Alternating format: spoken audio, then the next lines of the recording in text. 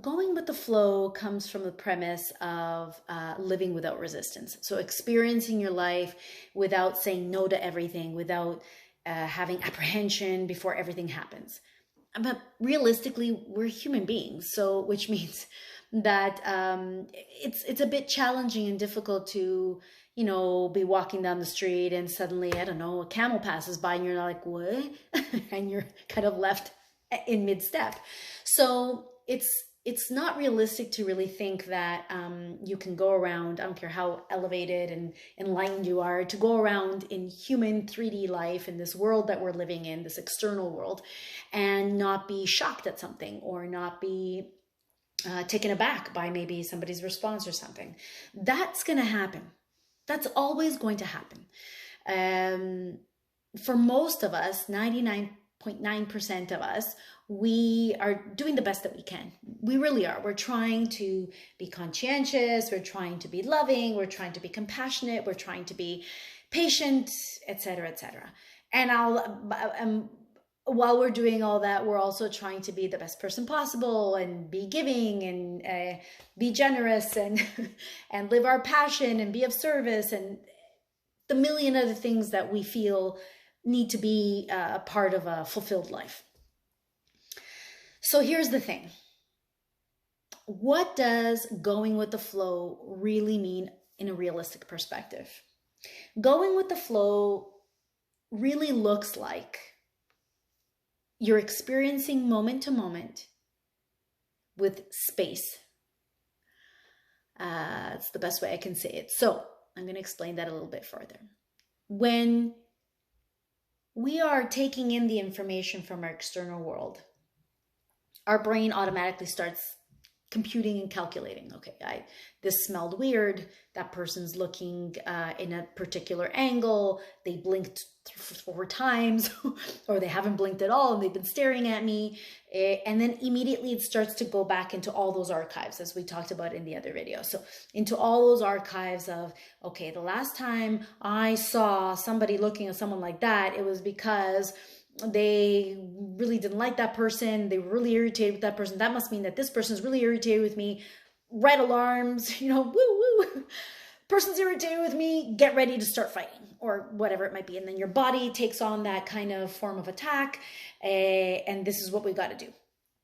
So that's normally the way we take in the world and how our brain, our beautiful little brain, tries to keep us safe by getting ready. Put up your dukes. It's, you know, there's danger here, or you're going to maybe have a conflict there. And so you got to be quick on your feet. You know, what are we going to respond? How are we going to do? So that's normally the way we go about it if we have no awareness, if we're just kind of allowing our instinct and our mind to take over. And if you're watching this video, it's probably because you're wanting to live in a different way. Right? We're wanting to live in a more responsive way as opposed to a reactive way. And if you don't know what I'm talking about, I did a quick little video on the difference between response and reactivity back in my Instagram, so you can follow me there. But I'll explain it a little bit here as well. Sorry. So reactivity is kind of like the example I just gave you, where you're faced with some external stimuli, your brain has calculated that something may be happening, and my survival mechanisms kick in, my instincts kick in, and I don't know, I give the person a bad look back again, or I dismiss them, or I don't say hello, or whatever it is that I decided to do as a defense mechanism. And that would be my way of reacting. I have no other information. I have basically no choice in the matter, because if I really were to sit back, take a breath, and contemplate things with awareness, with consciousness, I probably wouldn't have acted that way, or I wouldn't have reacted that way. If I have a moment to breathe and really take in the information that I'm getting and not relying only on my mind and its historical archive data and my instincts, a lot of things could happen. The first is that I decide and choose on behaving in a different way. And that is what I consider responding to the world as opposed to reacting to it.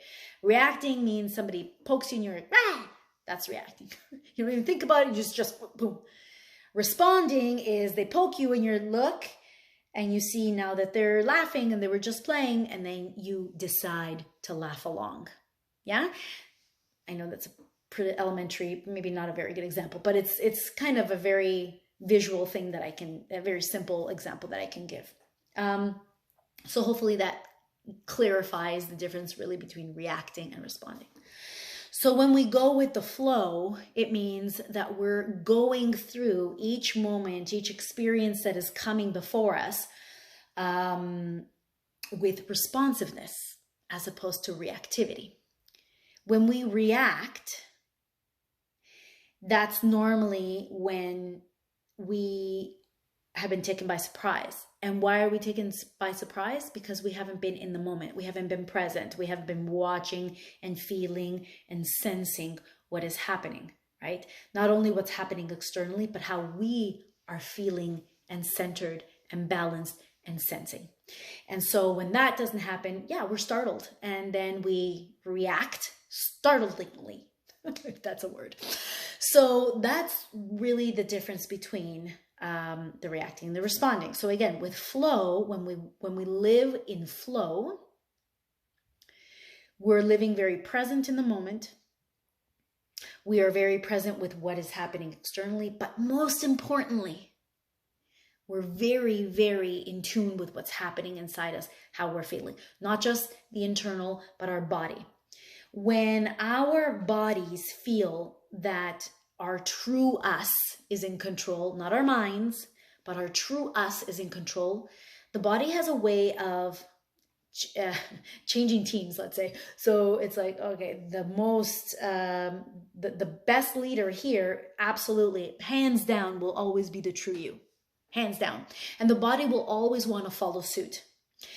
It follows suit with the mind when you haven't taken kind of the staff, when you haven't decided I am the leader. So when the body has no idea who the leader is at that time, when we're not present, the mind kicks in. We're in survival mode. Something's happening. I need to react. There needs to be an answer to this, or whatever it might be. The body has no choice but to follow the mind.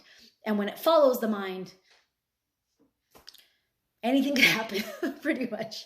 You're out of sync. You may very well misunderstand cues out there. And I'd say 9.5 times out of 10, you look back to that experience or that event or that moment, and you're like, man, I shouldn't have said that, or I shouldn't have stressed myself out so much for that. It was like really nothing. That's usually what happens when we're living out of awareness, when we're living not consciously. And so when we're not in that flow, we start to resist things because we don't know where it's coming from and we have no idea where it's going.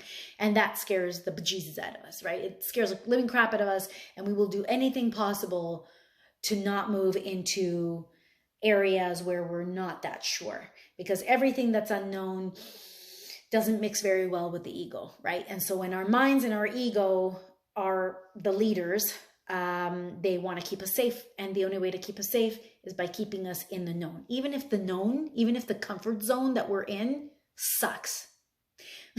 And it's something that we're addicted. We're addicted. We have this really bad habit of wanting to stay in stagnant, sometimes even abusive energy, simply for the fact that at least I know this, and I'm obviously still alive, so I prefer this over, I don't know what that is over there, right? And the only way to not resist that change, not resist that, is to go with the flow consciously, not from here, but from here. And to do that, you need to take moments in your day to breathe and to give yourself that space so that the real you can come up, stand up and say, I'm the leader and I'm controlling. I'm the one that's going to lead us out of this place. And we're moving into the rest of our path with awareness, with consciousness, and with compassion. And that brings you your power because you choose that. Yeah. You feel that empowerment because you've made the decision to live that way. You made the decision to take that step, right? Knowingly. You may not know really what's going to happen, but you've taken it with consciousness, with awareness, and with this really empowered trust. I don't know how else to explain it. It's this way of, I know that I have everything that I need. I know that everything is in perfect order. And whatever comes my way, I will be able to manage it, right? Because I'm going to confront or live or experience what comes to me with awareness and consciousness.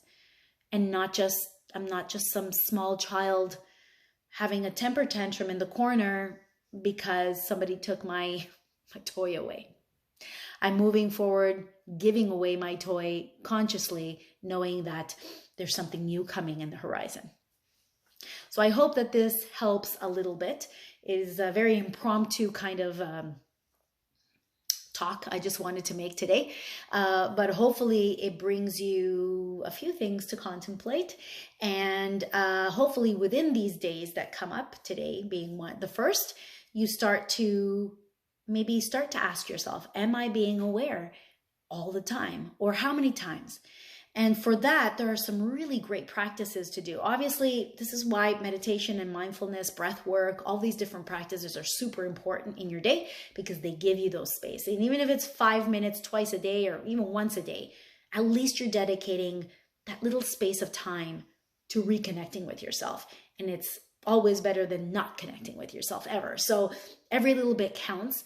So doing that really helps. And then the second thing that I really would recommend to everybody, all my clients as well, is that you do some sort of retracing of your steps at the end of the day, or a couple of times during the day would be really great. So a lot of the great teachers teach us that doing some sort of journaling, if you like to write it, maybe you want to just dictate it in a recorder, but just kind of retracing your steps for the day and thinking, that happened.